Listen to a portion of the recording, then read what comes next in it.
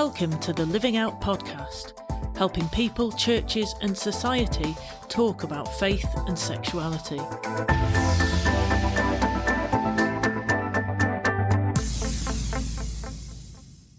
Hello and welcome to the show. It's great to have you with us. My name's Anne Whitton and alongside me is Andy Robinson. Hi Andy, how are you doing? I'm doing all right. How are you doing, Anne? I'm marvellous, thank you. Marvellous. Excellent. I actually had a go at pitch and putt the other day, which was brilliant. Really enjoyed it, but I was useless at it. And I understand you're a bit of a golfer, so I wondered if you got any tips for next time I play. Well, to be honest, my mates that I play golf with would be amazed that anybody is asking me for tips. But basically, if you want a tip, it is keep your head still. Keep your head still, look at the ball, because the danger is you move your head before you hit the ball, and that's when you hit it in the wrong direction. Head down. Yeah, head down. Okay, so don't twirl around when you hit it, is that? No, head still, head down. There you go. Come on, to be honest, I want to play golf with you, Anne, and I will just stand behind you saying, head still, head down. And you'd also win, so that's good. Well, yeah, to be honest, that's quite a rare experience for me, so I'm very keen to play you. I think I was kind of mixing up golf and ballet. It was artistic, but yeah, a lot to learn. Think you might win on the ballet. Cool. In this series, we're interviewing people who've written stuff for Living Out. So that's why we're calling it Meet the Authors. And we're meeting people who've got interesting stories and experiences to share. And we're really pleased today to have Ashleigh Hull on the show. So welcome, Ashleigh. Hiya. Thank you. It's good to be here. Now, I've heard that you write fantasy novels. Is that right? It is true, yes. Are you allowed to tell us what you're working on at the moment, or is it secret? Yeah, well, so I'm kind of playing with the relationship between magic and technology in the current book. Wow. In fantasy and sci-fi novels, to talk about far too broad a scope of literature all at once, you'll usually you'll have magic or you'll have cool technology. You never have both together, which does make sense because magic typically it's a skill that you hone. It takes practice. It might be a cost to the user, whereas with technology, you just need to be able to flip a switch or push a button. So it kind of makes magic obsolete. But I'm playing with the idea of what if it doesn't? What if there's a world where those two things somehow coexist, which is a lot of fun to write. I love imagining all the impossible things that you could do with magic and then also all the cool technology that seems like magic. So the blend is really fun. That sounds brilliant. Your hobby is much more interesting than any of ours. Well, I don't know. Ballet golf sounds like a good one. Great. Well, Ashleigh, we thought we'd get to know you a little bit beyond just the fantasy novels. So do you want to tell us what you do when you're not appearing on Living Out podcasts? Sure, yeah. So 4 days a week I work as a project manager for a digital learning company, which every time I talk about it does sound incredibly boring, but it is a lot of fun. Taps into my love of order and organisation. So enjoy that. I also volunteer at my church. I head up the youth team there. So that's, varying amounts of time in my week, depending on what's going on. But yeah, serving the team and the young people. Great. So what are the main highlights of working with young people? Are there any particular joys of working with teenagers? Oh, many. Teenagers get a bad rap, but I think they're wonderful. They're just so much fun.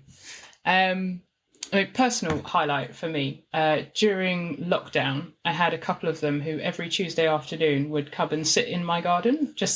They were hanging out together and they decided to come and see me, and they all apparently know where I live, which is slightly terrifying, but in this case worked out. So I got a weekly visit from a couple of random kids. So that warmed my heart. Clearly we've done a good job building some relationship in there.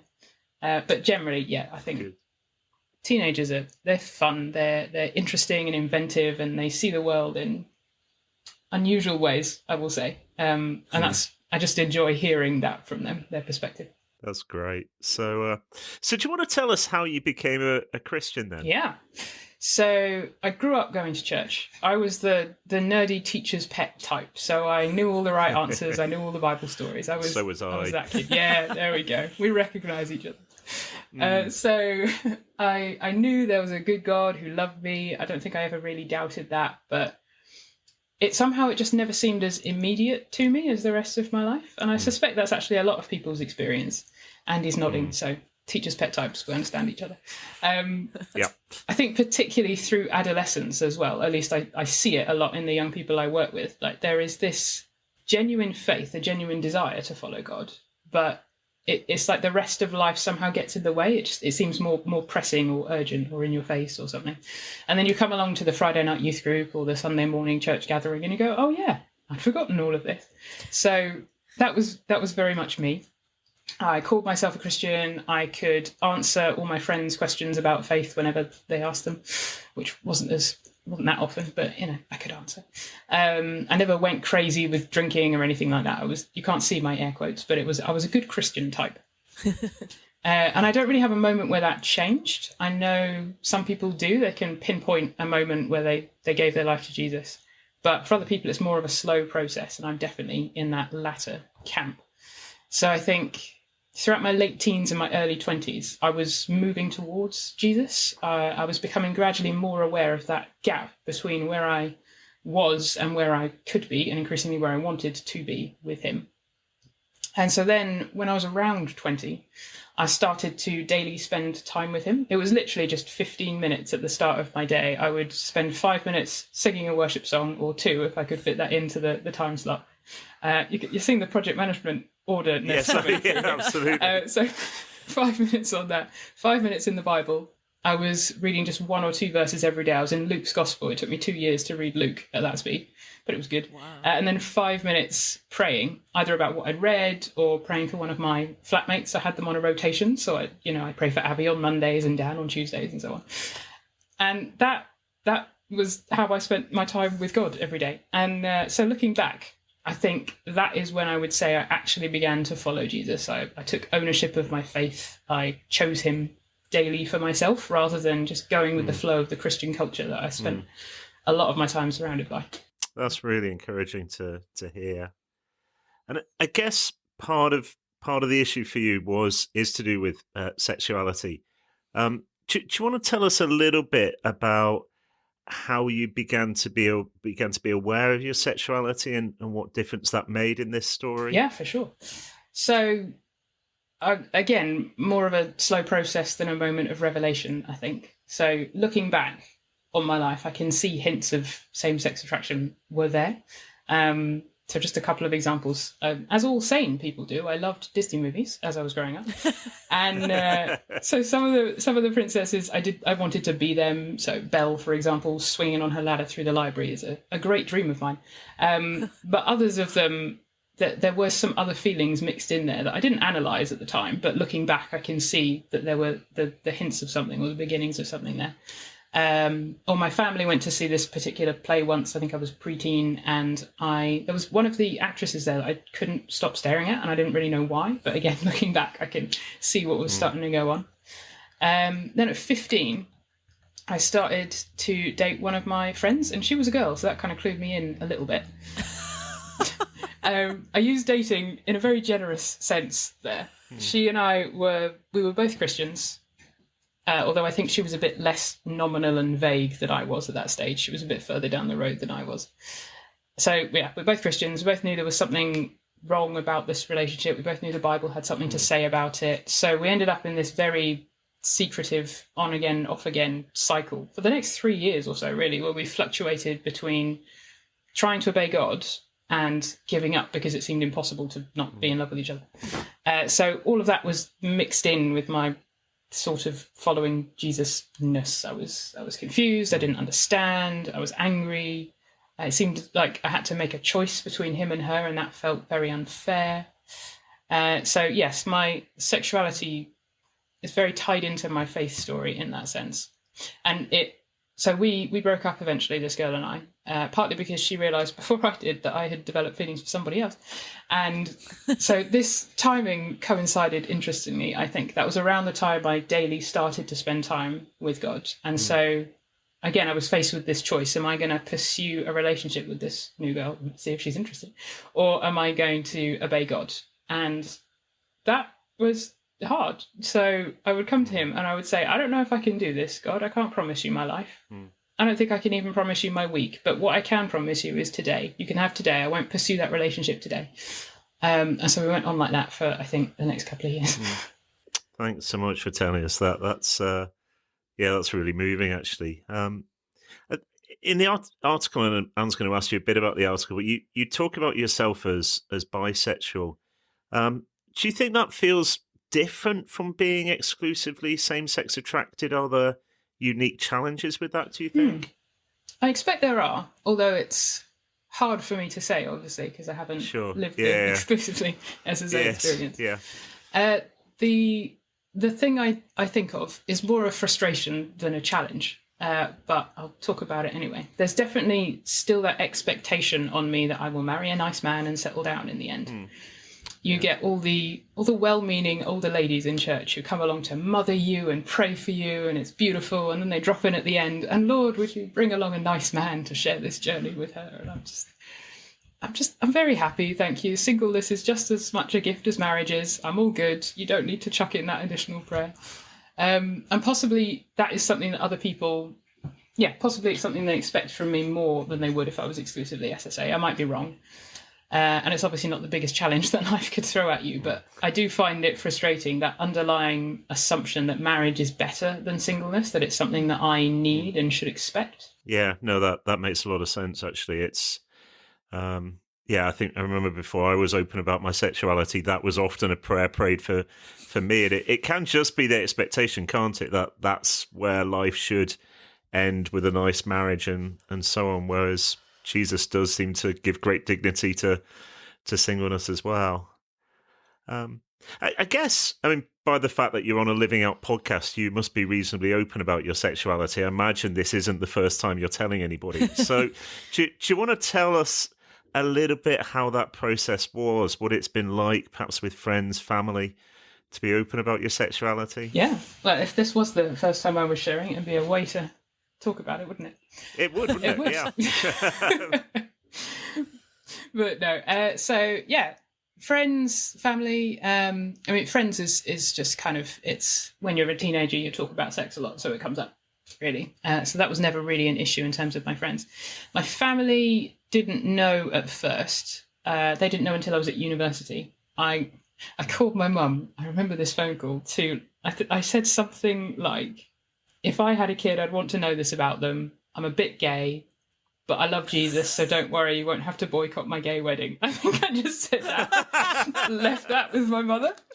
I don't think she was particularly surprised. She'd had some suspicions during my teenage years. But yeah, I'm less driven to hide it generally now than I was when I was a teenager. So my family and I will easily have conversations about sexuality now. They're all Christians. They all hold the same view on it as I do. So that's really helpful. We're all coming from the same place.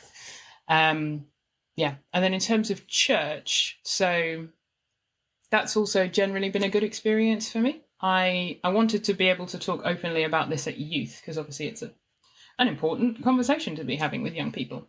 But we wanted to do that well. We wanted to avoid any kind of second or third hand miscommunications in, Ashleigh said this on a Friday night.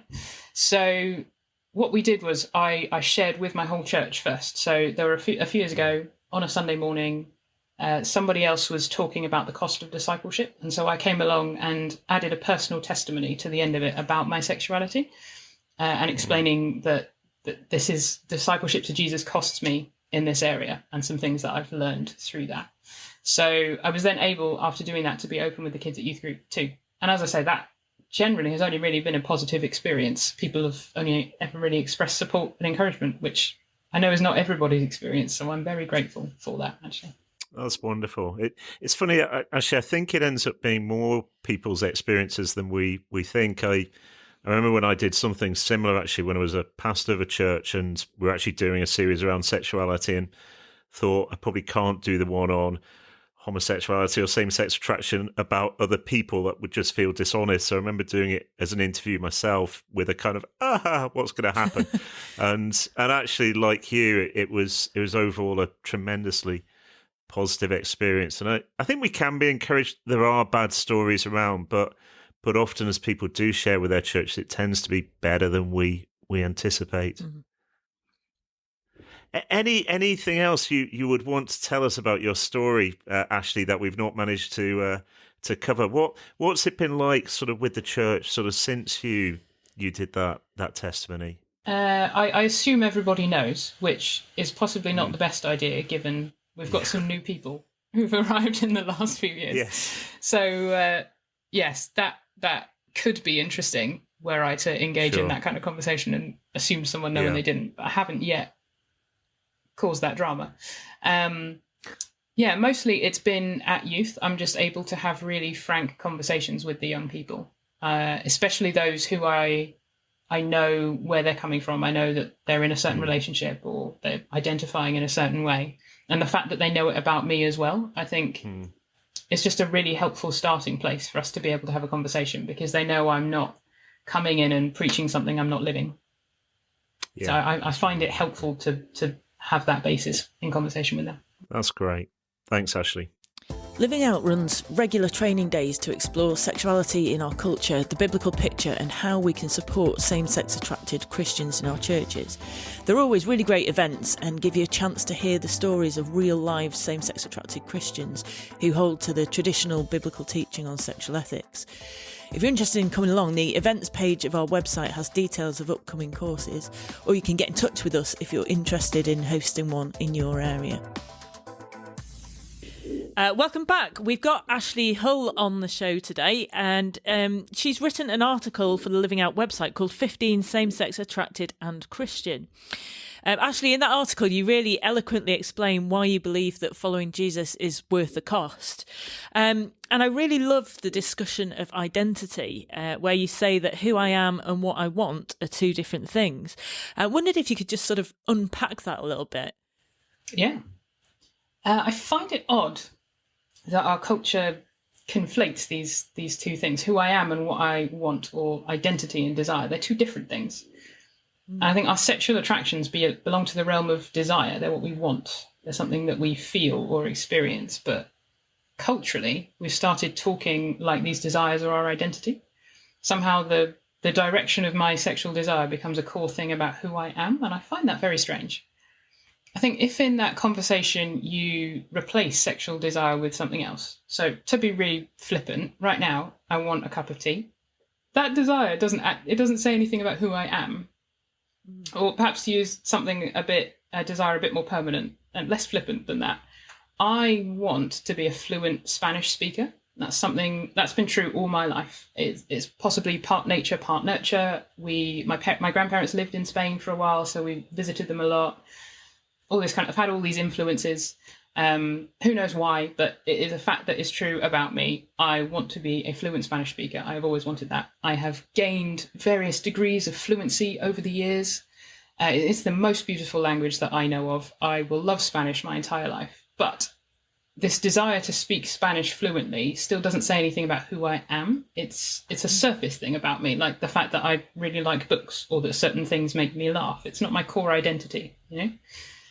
And so I think sexual attraction is the same kind of thing. It's the feeling, it's a desire, it's something I experience. It's not my core identity. I think who I'm attracted to doesn't get to say anything about who I am. It doesn't get to define me, because only the one who made me gets to define me. And I actually think if we can separate those two things in our thinking, that can be really helpful, because the Christian sexual ethic can seem really cruel to gay people, because we think it's telling them they can't be who they are, that they have to repress or cut out this core chunk of their identity. But if we can see that sexual attraction belongs under the umbrella of desire instead of identity, then instead of asking gay Christians to change or to ignore who they are, we're simply calling them to do the same things that we call straight Christians to. We're calling them to master their desires rather than being mastered by them, or to respond to their feelings in a holy way, a godly way. So yes, I think it's helpful if we can separate the two out. That is a really helpful distinction, actually. So how do you think, if the things that we desire aren't definitive about who we are, how do we get at our core identity, and how did that process kind of work for you? Yeah, good question. I think for me, it's going back to the source, for want of a better phrase. It's going, I was designed, I was created, someone made me he might have some things to say about who I am and what I'm for and how I work. And so it's going back to God and back to scripture and asking him that question, like, who do you say that I am? Because, we can look in so many places for identity. I mean, sexual attraction is one of the big ones in our culture, but we can look at anything. We can look at what other people say about us. We can look at what our monetary value is. We can look at what we manage to achieve, or what kind of family we have, or how we feel about ourselves even. And so there's all these different places you can go, but it's all changing all the time. It's all malleable. It's all impermanent. So I think if I am going to find some kind of solid place to root my identity in, it needs to be in someone solid. And I think I have found that only one person is actually solid, and that is God. That's amazing. And it was interesting listening to your story when you were talking about, as a teenager, kind of young adult, sort of wrestling with your desire for a relationship with this girl, but also, wanting to follow Jesus and stuff. So I guess there are sort of conflicting desires within all of us, aren't there? And, I experience same-sex attraction the same. So, again, there are some times where it seems like there is a choice about which way to go and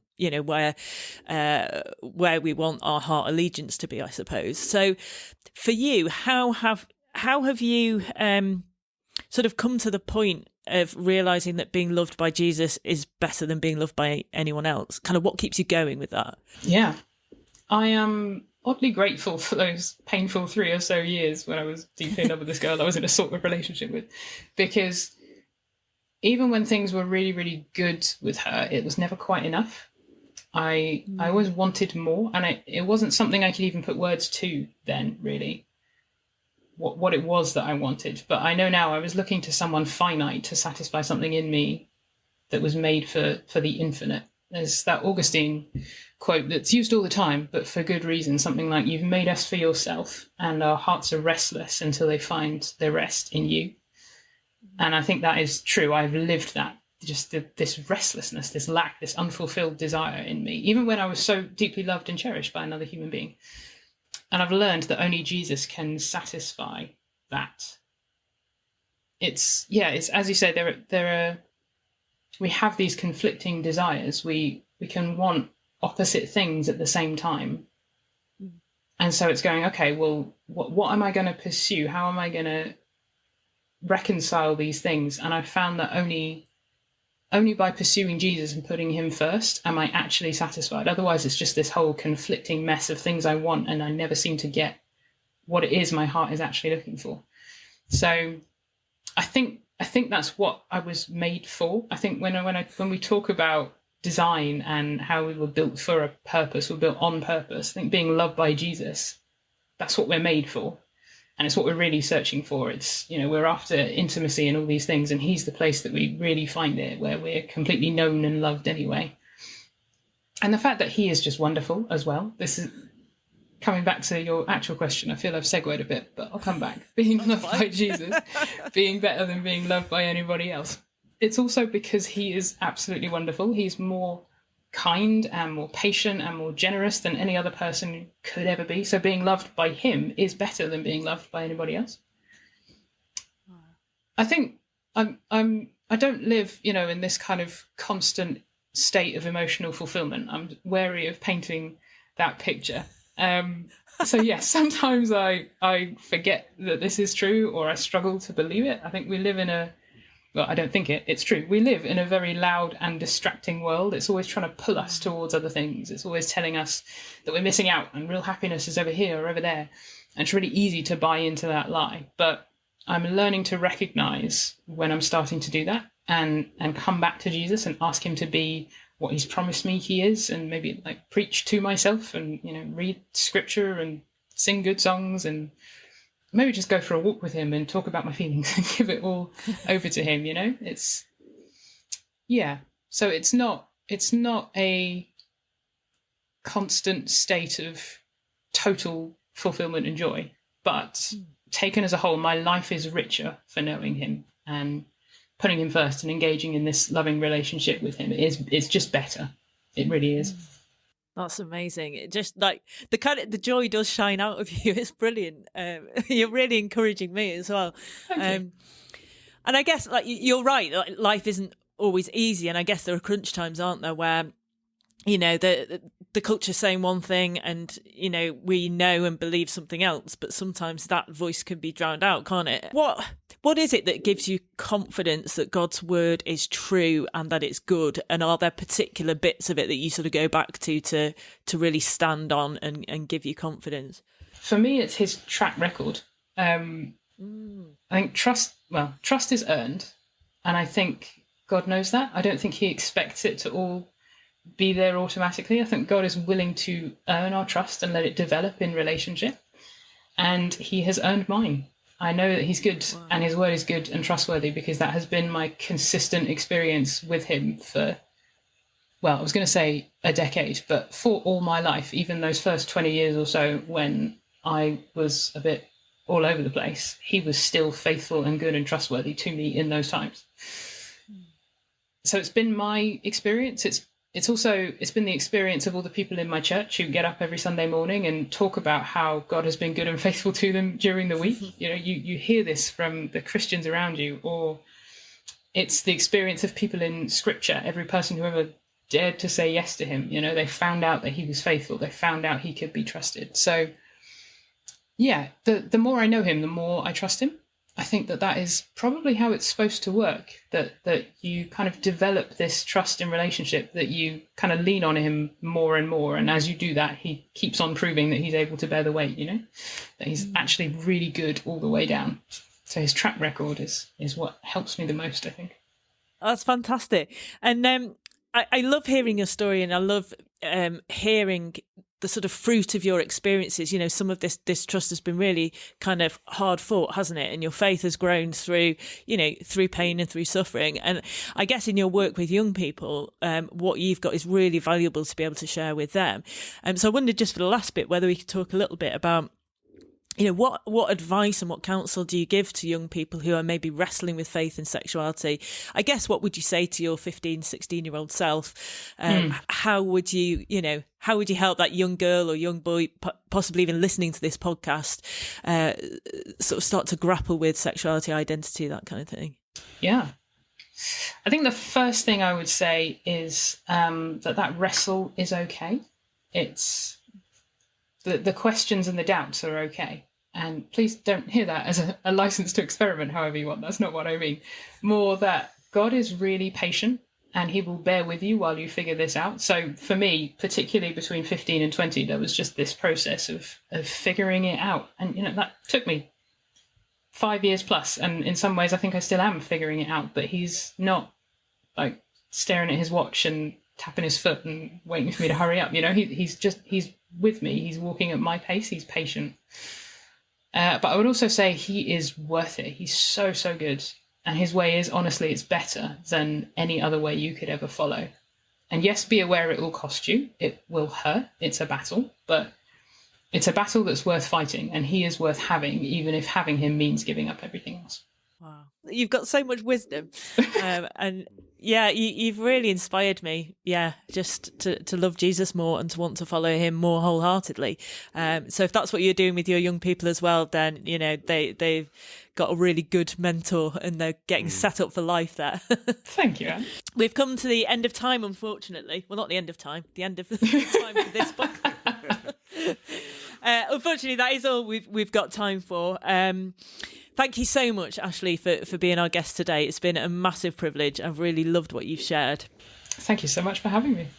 Oh, you're welcome. Anytime. We'll have you back. Thank you to everybody who's tuned in, and do remember to subscribe and rate us and share these podcasts with anybody that you think might like them. You can read Ashleigh's writing and explore lots of resources on our website. That's livingout.org, and we'll see you next time. Bye for now.